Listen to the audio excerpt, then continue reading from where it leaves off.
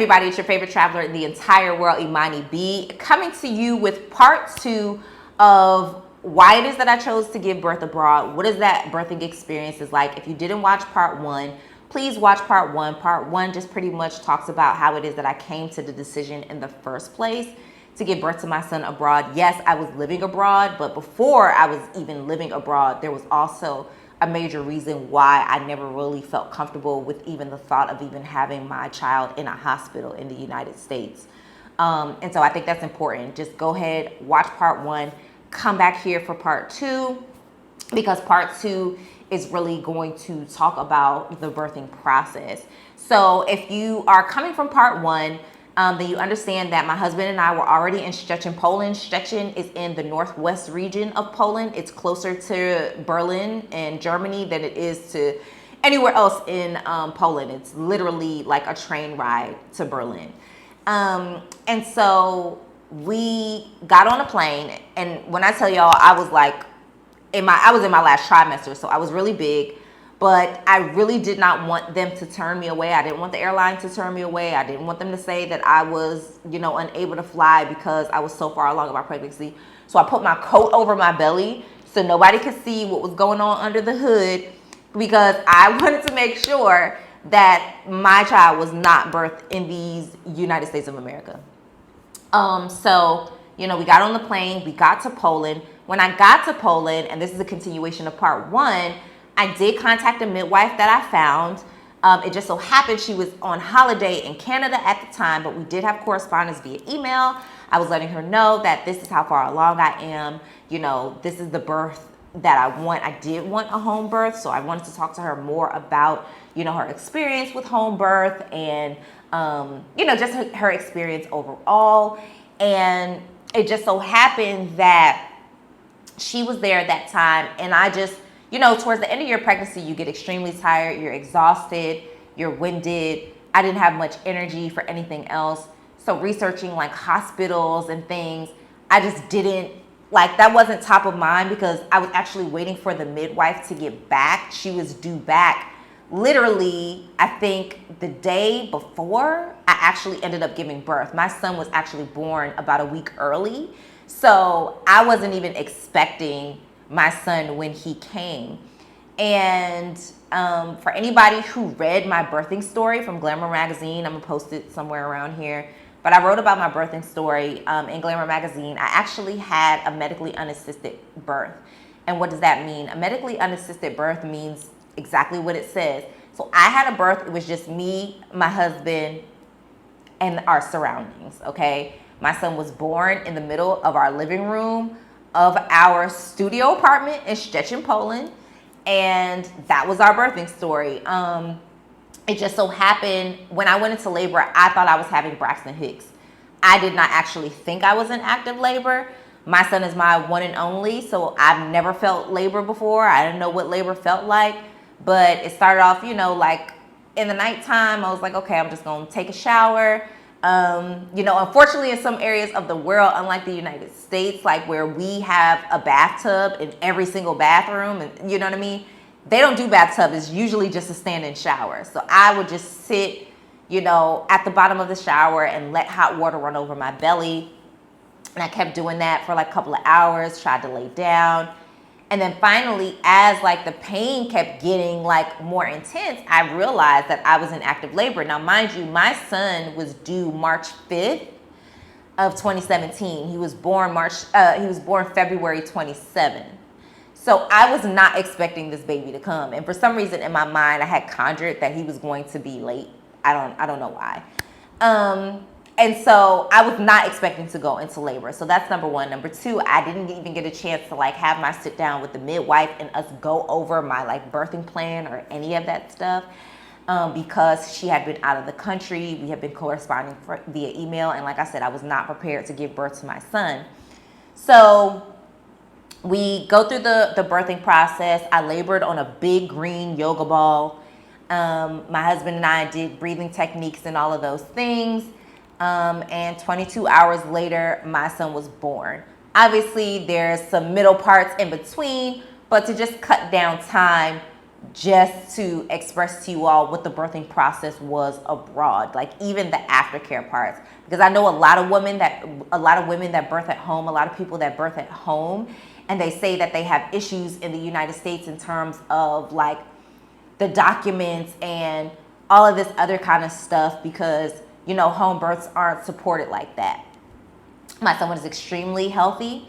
Literally the next day, we had a different midwife come. If you remember from part 1, I talked about my auntie sister, who had really been helping me. She was Polish.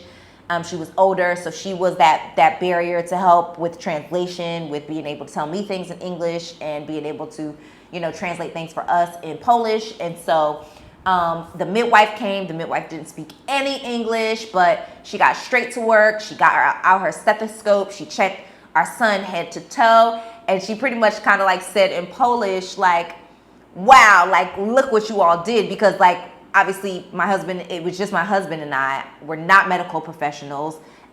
This is not like an advocacy for medically unassisted births. This ain't that kind of video. This is like, we were not expecting our son to come.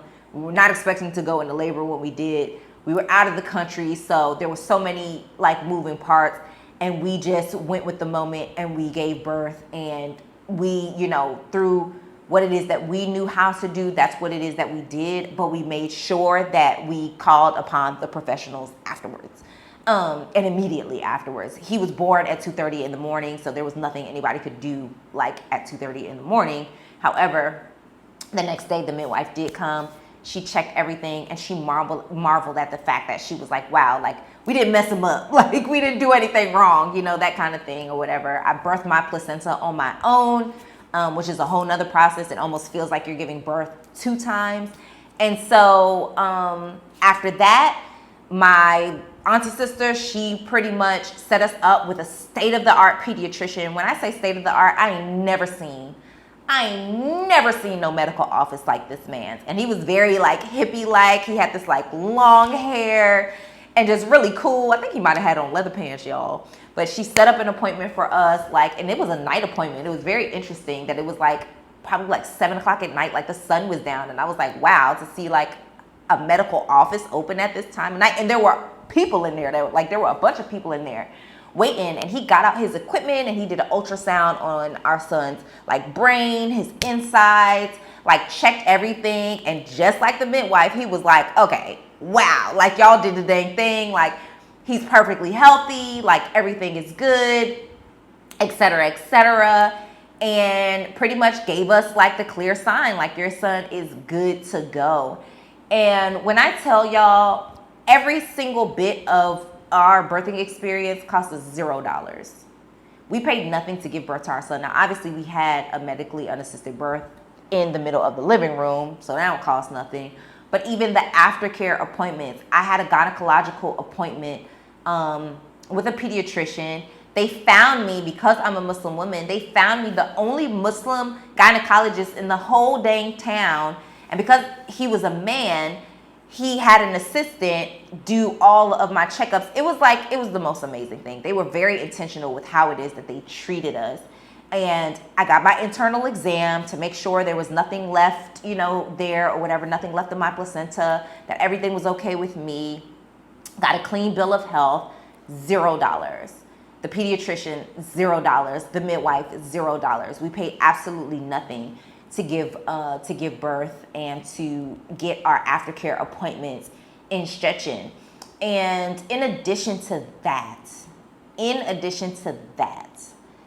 there was a priest who had heard that we had given birth to our son. This priest even knew that we were a Muslim family. And he you know, asked, number one, permission if he could come to our house. When he got there, he waited downstairs because he wanted to make sure that I was covered. Like, he said, you know, I'm downstairs, but I need to make sure that the wife is covered. Once he got the sign that I was covered, he came upstairs, he introduced himself, spoke no English, zero. But he said, you know, we heard in the town what it is that you've done, and we wanted to give you a gift. And the gift, y'all, the gift was the gifts that keeps on giving. This man brought us boxes of diapers, wipes, utility trash bags full of clothes, shoes, toys. We got a stroller. We got, oh my God, we got a car seat from, from people, from community. We didn't have to buy a thing, okay? And had we been in Poland like much longer, like we probably would have been okay for at least the first year. At least the first year. And I say all this to say, it goes to show that you just never know. Before we got to Poland, so many people were like, oh, be careful. They don't like us over there. I mean, even with living in Szczecin, I counted like literally on my fingers. I think I saw like 3 black folks in the entire time that we were there. And I think 2 of them looked young, so they were probably students. And that's it. And that's not even typical for like places that we lived. I've seen more black people when I was living in China than I saw when we were living in Szczecin. So you never know what it's like. And so I am very much an advocate of people choosing to give birth abroad. No, my son is not a Polish citizen. No, he does not have Polish citizenship. They do not do birthright citizenship, meaning that if you're born in a place, you get automatic citizenship. They do if your parents or your grandparents or, like somebody like that is, Polish, then you get citizenship. But he does have a Polish birth certificate. And so I say all this to say, it's important to understand that, there's a privilege that comes with these options, but the options are available. I know so many people that go into debt just giving birth. I know so many people that have had the hardship of trying to even identify if they even want children because the cost of living in the United States is ridiculous.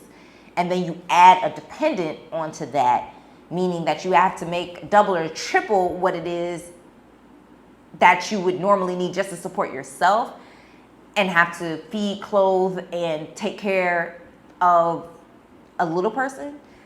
So, this part of, the birthing story is literally just to show that, like, it is possible.